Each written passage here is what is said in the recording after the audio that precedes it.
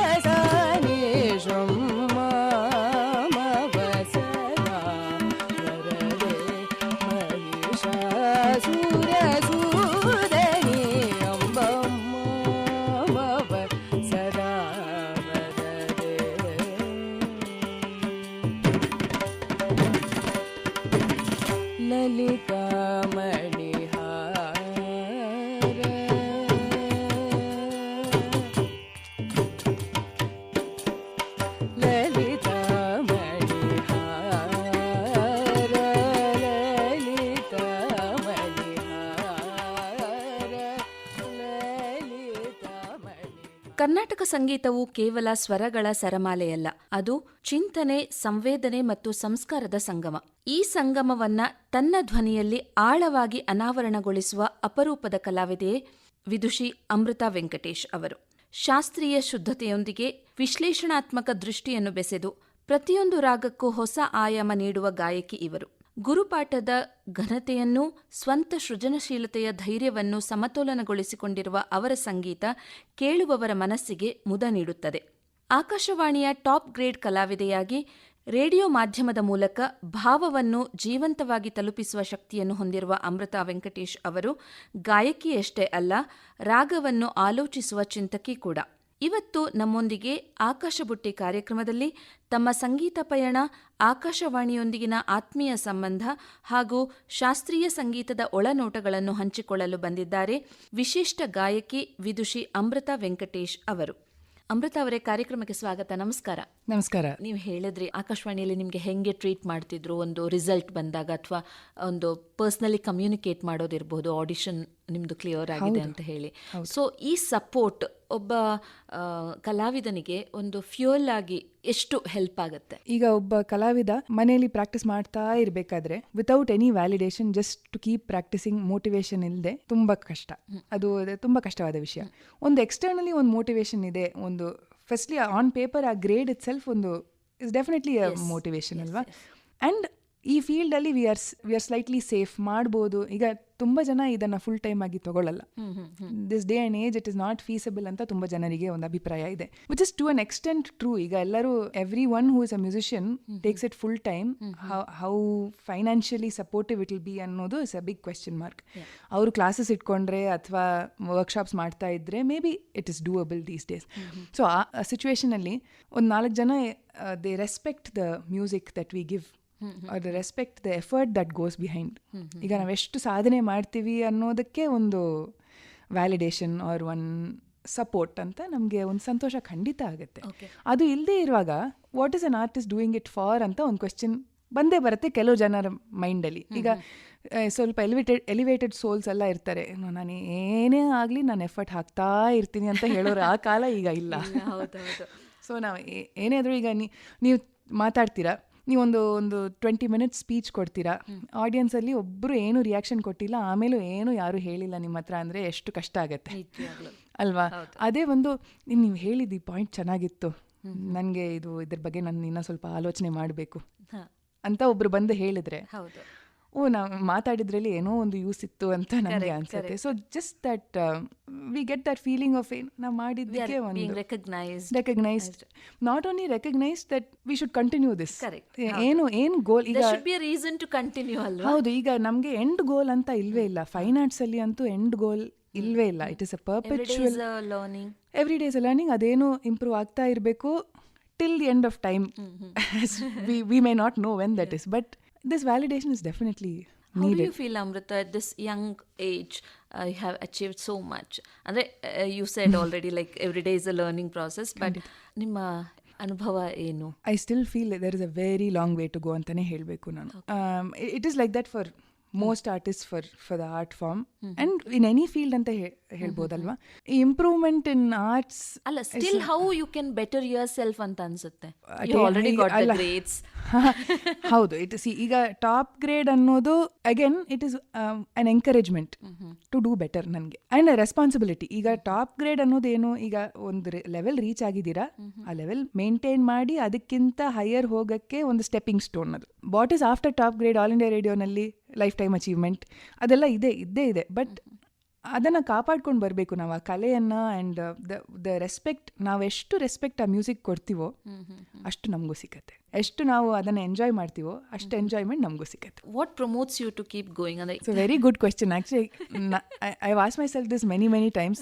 ನಂದು quest for perfection, because perfection ಅನ್ನೋದು ಸಬ್ಜೆಕ್ಟಿವೆ. ಈಗ ಎಲ್ಲರಿಗೂ ಒಂದೇ ರೂಲ್ ಆಫ್ ಪರ್ಫೆಕ್ಷನ್ ಅಂತ ಇರಲ್ಲ.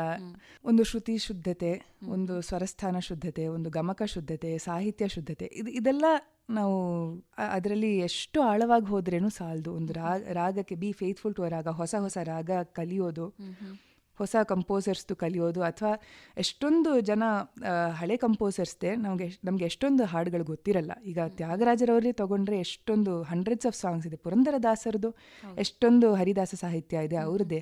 ಮತ್ತೆ ಮಿಕ್ಕಿದ ಹರಿದಾಸರದೆಲ್ಲ ಕೂಡ ಎಷ್ಟೊಂದು ಹಾಡುಗಳಿಗೆ ಟ್ಯೂನ್ ಮಾಡ್ಬೋದು. ಅದೆಲ್ಲನೂ ಐ ವಾಂಟ್ ಟು ಡೂ. ಇನ್ನು ಐ ಆಲ್ಸೋ ಕಂಪೋಸ್. ಈಗ ಸ್ವಲ್ಪ ಒಂದು 3 ವರ್ಣಗಳ ಕಂಪೋಸ್ ಮಾಡಿದ್ದೀನಿ, ಮತ್ತೆ 2 ತಿಲ್ಲಾನ. ಸೊ ಅದೆಲ್ಲ ಇನ್ನೂ ಸ್ವಲ್ಪ ಮಾಡಬೇಕು ಅಂತ ಮೋಟಿವೇಶನ್ ಇದೆ. ಮತ್ತೆ ಹಾಡೋದ್ರಲ್ಲಿ ಕೂಡ ಇನ್ನ ಇಂಪ್ರೆಸಿವ್ ಆಗಿ ಹೇಗೆ ಹಾಡೋದು, ಅಥವಾ ಇನ್ನ ಡೈವರ್ಸಿಫೈ ಹೇಗೆ ಮಾಡೋದು ರೆಪರ್ಟೋರನ್ನು. ದಿನ ನನಗೆ ಆ್ಯಕ್ಚುಲಿ ತುಂಬ ಆಸೆ ಏನಂದರೆ ಒಂದು ದಿವಸಕ್ಕೆ ಒಂದು ಹಾಡು ಕಲಿಬೇಕು ಅಂತ. Which is not a very easy thing to do. On paper easy, ಅದು ಎಷ್ಟು ಮಟ್ಟಿಗೆ ಆಗತ್ತೋ ನೋಡಬೇಕು. ಇಷ್ಟು ವರ್ಷಗಳ ಎಕ್ಸ್ಪೀರಿಯನ್ಸಲ್ಲಿ ಎಷ್ಟು ಕೃತಿಗಳನ್ನು ಮನಸ್ಸಲ್ಲಿ ಇಟ್ಕೊಂಡಿದ್ದೀರಾ? ಅಂತ ಬರುತ್ತೆ ನನಗೆ, ಯಾರಾದ್ರೂ ಹಾಡಕ್ಕೆ ಹೇಳಿದ್ರೆ ನಂಗೆ ಬರುತ್ತೆ ಅಂತ. Maybe about 3,000-4,000 songs. Repertoire is like a mini computer. ಹಾಗಿರಲೇಬೇಕು. ಇಲ್ಲಾಂದರೆ ಈಗ ಸ್ಟೇಜಲ್ಲಿ ನಾವು ಕೂತ್ಕೊಂಡು ಐಪ್ಯಾಡಲ್ಲಿ ಅಥವಾ ಲಿರಿಕ್ಸನ್ನು ನೋಡ್ಕೊಂಡು ಹಾಡೋಕ್ಕಾಗಲ್ಲ ಎಲ್ಲ ಕೃತಿಗಳನ್ನು. ಏನಾದರೂ ಲಾಸ್ಟ್ ಮಿನಿಟ್ ರಿಕ್ವೆಸ್ಟ್ ಇದೆ ಆರ್ ಪ್ರೀವಿಯಸ್ ಡೇ ಯಾರಾದರೂ ಏನಾದರೂ ಕೇಳಿದ್ದಾರೆ, ಆವಾಗ ಮೇ ಬಿ ಓಕೆ. ನಾನು ಆ್ಯಕ್ಚುಲಿ ಆಕಾಶವಾಣಿನಲ್ಲಿ ಹಾಡಬೇಕಾದ್ರೆ ಕೂಡ ಎದುರುಗಡೆ ಆಡಿಯನ್ಸ್ ಇಲ್ಲದೆ ಇರಬಹುದು, ಬಟ್ ಆವಾಗಲೂ ನಾನು ನೋಡ್ಕೊಂಡು ಹಾಡಲ್ಲ ಲಿರಿಕ್ಸ್. ಬಿಕಾಸ್ ಅದು ಮನಸ್ಸಲ್ಲಿರಬೇಕು. ಏನಂದರೆ ನಮಗೆ ಮನಸ್ಸಲ್ಲಿದ್ದರೆ ಅದು ಇಂಟರ್ನಲೈಸ್ ಆಗುತ್ತೆ, ಅದಿನ್ನೂ ನಮಗೆ ಹಾಡೋಕ್ಕೆ ಸುಲಭ ಆಗುತ್ತೆ. ಬಟ್ ಅದು ಆ್ಯಕ್ಚುಲಿ ನಾವು ಮಾಡೋದೇ ಇತ್ತಾನೆ. So memorising should be. ಒಂದು ಕೃತಿಯನ್ನ ನೀವು ಎಷ್ಟು ಸಲ ರಿಪೀಟ್ ಆಗಿ ಹಾಡ್ತೀರಾ ಅಮೃತ ಅಲ್ವಾ? ಹೌದು, ಅದು ನಾವು ರಿವಿಷನ್ ಮಾಡ್ಕೊಂಡು ಒನ್ಸ್ ಇನ್ ಅ ವೈಲ್ ಹಾಡ್ತೀರಾ, but still that stays in your mind for so long. ಅಂದ್ರೆ ನಾನು ಪೀರಿಯಾಡಿಕಲಿ ರಿವೈಸ್ ಮಾಡ್ತಾ ಇರ್ತೀನಿ. ಈಗ ಒಂದು ಲಿಸ್ಟ್ ಮಾಡಿಕೊಂಡು ಏನೇನು ಮಾಡಿದ್ದೀನಿ, ಏನೇನು ಸರಿಗ್ ಮಾಡಿಲ್ಲ, ಅದನ್ನ ಎಷ್ಟು ಸತಿ ಮಾಡಬೇಕು ಎಲ್ಲದಕ್ಕೂ ಒಂದು ಲಿಸ್ಟ್ ಹಾಕೊಂಡ್ಬಿಡ್ತೀನಿ. ಬಟ್ ಮೆಥಾಡಿಕಲ್ ಆಗಿ ಇರಲೇಬೇಕು. ಈಗ ಹೇಗೆ ನಿಮ್ಮ ಡ್ಯೂಟಿ ಶೀಟ್ ಇರುತ್ತೋ, ಸೊ ನೆಕ್ಸ್ಟ್ ಕೆಲಸ ಹೇಗೆ ಅದು ನಿಮ್ಮ ಪ್ಲ್ಯಾನ್ ಆಗಿರುತ್ತೋ, ಅವ್ರು ಹೇಗೆ ನೀವು ಬರ್ಕೋತಿರೋ list of things to do, ಅದೇ ಥರ ನಾನು ಮಾಡ್ಕೋಬೇಕು. ಐ ಥಿಂಕ್ ಆ ಸ್ಟೋರೇಜ್ ಮಾಡ್ಕೊಂಡಿರೋ ಕೃತಿಗಳು, I think it doesn't allow you to think anything else. ಖಂಡಿತ ಅಲ್ಲ. ಈಗ ದೇವ್ರ ಮನೆಯಲ್ಲಿ ಪೂಜೆ ಮಾಡಬೇಕಾದ್ರೆ instead of that I will probably be learning the meaning of a song on a god. So that is the form of puja I would probably do. So it is like that. So everything translates back to music. In a way that has improved your personality also. ಖಂಡಿತ I hope so. ಆಕಾಶವಾಣಿಯಲ್ಲಿ ಹಲವಾರು ದಿಗ್ಗಜರು, ಸಂಗೀತಗಾರರು ಕೆಲಸ ಮಾಡ್ತಾ ಇದ್ರು ಅಮೃತ ಅವರೇ. So ನಿಮಗೆ ಆಪ್ತರಾದಂತಹ, ನೀವು ಭೇಟಿ ಮಾಡಿದಂತಹ ಕಲಾವಿದರ ಬಗ್ಗೆ ಹೇಳೋದಾದ್ರೆ? ಖಂಡಿತ. ಈಗ ನನಗೆ ಜೊತೆಯಲ್ಲಿ ನುಡಿಸಿದ್ದ ಕಲಾವಿದರು ಬಗ್ಗೆನೂ ಹೇಳಬೇಕು. ಈಗ ಎಂ ಟಿ ರಾಜಕೇಶ್ರಿ ಸರ್ ಮೃದಂಗದಲ್ಲಿ, ಬಿ ಎನ್ ಚಂದ್ರಮೌಳಿ ಸರ್ ಮೃದಂಗದಲ್ಲಿ, ಎಂ ಎ ಕೃಷ್ಣಮೂರ್ತಿ ಸರ್ ಘಟದಲ್ಲಿ, ಆರ್ ಎ ರಾಜಗೋಪಾಲ್ ಸರ್ ಘಟದಲ್ಲಿ, M S Govindaswamy sir violin, Sheshagirirao sir violin, C N Chandrashekar ಅವರು ವೈಲಿನ್, ದಯಾಕರ್ ಅವರು ವೈಲಿನ್ ನುಡಿಸಿದ್ದಾರೆ. ಮತ್ತು Geetharamanand madam, Revathi Murthy madam, Geetha Shyam Prakash madam, ವಿದುಷಿ ಬಿ ಆರ್ ಗೀತಾ ಅವರು, ವಿದುಷಿ ಆರ್ ಚಂದ್ರಿಕಾ ಅವರು, ಇವರೆಲ್ಲ ಎಷ್ಟು ಇನ್ಸ್ಪಿರೇಷನಲ್ ಇದ್ದಿದ್ದಾರೆ ಅಂದರೆ. ಮತ್ತು ವಿದ್ವಾನ್ ರಮೇಶ್ ಅವರು, ವೈಣಿಕ ವಿದ್ವಾಂಸರು ರಮೇಶ್ ಅವರು, ಇವರನ್ನೆಲ್ಲ ಭೇಟಿಯಾಗಬೇಕಾದ್ರೆ ಒಂದು ಎಷ್ಟು ವರ್ಷ ಇಲ್ಲಿ ಕೆಲಸ ಮಾಡಿ ಎಷ್ಟೊಂದು ಜನರ ಸಂಗೀತ ಕೇಳಿ ಕೇಳಿ ಕೇಳಿ ಅವರು ಇದ್ದರು ಇಲ್ಲಿ. ಅವರು ನನ್ನ ಸಂಗೀತ ಬಗ್ಗೆ ಚೆನ್ನಾಗಿದೆ ಅಂತ ಹೇಳಬೇಕಾದ್ರೆ ಅದು ಒಂದು ಮೋಟಿವೇಶನ್ ಆಗಿ ಖಂಡಿತ ಇತ್ತು ನನಗೆ. ಮತ್ತು ಡಾಕ್ಟರ್ ಎನ್ ರಘು ಅವರು, ಕನ್ಸೆಪ್ಟಾ ಫರ್ನಾಂಡಿಸ್ ಮೇಡಮ್ ಅವ್ರ ಬಗ್ಗೆ ಹೇಳಿದೆ, ಮತ್ತು ನಿರ್ಮಲಾ ಯಾಲಿಗರ್ ಮೇಡಮ್ ಅವರು, ರಾಜೇಶ್ವರಿ ಮೇಡಮ್ ಅವರು, ಮತ್ತು ಇತ್ತೀಚೆಗೆ ಪುಷ್ಪಲತಾ ಮೇಡಮ್ ಅವರು, ಖಂಡಿತ ಇವರನ್ನೆಲ್ಲ ಜ್ಞಾಪಿಸ್ಕೊಳ್ಳೇಬೇಕು ನಾನು ಈ ಇಂಟರ್ವ್ಯೂನಲ್ಲಿ. ಮತ್ತು ಇಲ್ಲಿ ಒಂದು ವಿಶೇಷತೆ ಅಂದರೆ, ಕರ್ನಾಟಕ ಸಂಗೀತ ರೆಕಾರ್ಡಿಂಗ್ ಆಗಬೇಕಾದ್ರೆ ಹಿಂದೂಸ್ತಾನಿ ಸಂಗೀತ ಮ್ಯೂಸಿಷಿಯನ್ಸು ಬಂದು ಕೇಳೋರು. ಈಗ ವಿಶ್ವನಾಥ್ ನಾಕೋಡ್ ಸರ್ ಆಗಲಿ, ರವೀಂದ್ರ ಯಾವಾಗಲ್ ಸರ್ ಆಗಲಿ. ಇನ್ಫ್ಯಾಕ್ಟ್ 2010 ನನ್ನ ಹತ್ರ ಇನ್ನೂ ಇದೆ, ನಿಮಗೆ ತೋರಿಸ್ತೀನಿ. ನಾನು ವೀಣೆ ನುಡಿಸ್ಬೇಕಾದ್ರೆ ಕಾರ್ಯಕ್ರಮದಲ್ಲಿ ರವೀಂದ್ರ ಯಾವಾಗಲ್ ಸರ್ ಅಲ್ಲಿ ರೆಕಾರ್ಡಿಂಗ್ ರೂಮಲ್ಲಿ ಕೂತು ಒಂದು ಸ್ಕೆಚ್ ಮಾಡಿದ್ದಾರೆ ನನ್ನನ್ನು. ಅದನ್ನ ಇಟ್ಕೊಂಡಿದ್ದೀನಿ. ಅವ್ರು ಮಾಡಿಬಿಟ್ಟು ಕೊಟ್ಟರು. ನೋಡಿ, just see the level of affection and the adoration for the music that the artists have. ನನಗೆ ಇದೆಲ್ಲ ಹೇಳ್ಕೊಡೋದಕ್ಕೆ ತುಂಬಾ ಸಂತೋಷ. ಅವರು ಗಾಡೆಸ್ ಸರಸ್ವತಿನ ಇಮ್ಯಾಜಿನ್ ಮಾಡಿಕೊಂಡು ಆಡಿದ್ದಾರೆ ಅಂತ ಆಗಿರ್ಬೋದು, or just out of love for the music and ಅವರ ಒಂದು ಸ್ಕೆಚಿಂಗ್ ಹಾಬಿಯನ್ನು ಇಲ್ಲೂ ಪರ್ಸ್ಯೂ ಮಾಡಬೇಕು ಅಂತಾನೂ ಇರ್ಬೋದು. But grateful for these experiences. ಪ್ರತಿದಿನ ನೀವು ಇಲ್ಲಿ ರೆಕಾರ್ಡಿಂಗ್ ಬಂದಾಗ, ಈ ಸ್ಟುಡಿಯೋದಿಂದ ರೆಕಾರ್ಡಿಂಗ್ ಮುಗಿಸಿ ಹೋಗುವಾಗ ಏನೋ ಒಂದು ಹೊಸತನನ ಕಲೀಲಿಕ್ಕೆ ಇವರೆಲ್ಲ ನಿಮಗೆ ಸಹಾಯ ಮಾಡಿದ್ದಾರೆ ಅಂತ ಹೇಳಿ? ಖಂಡಿತ. ಓಕೆ.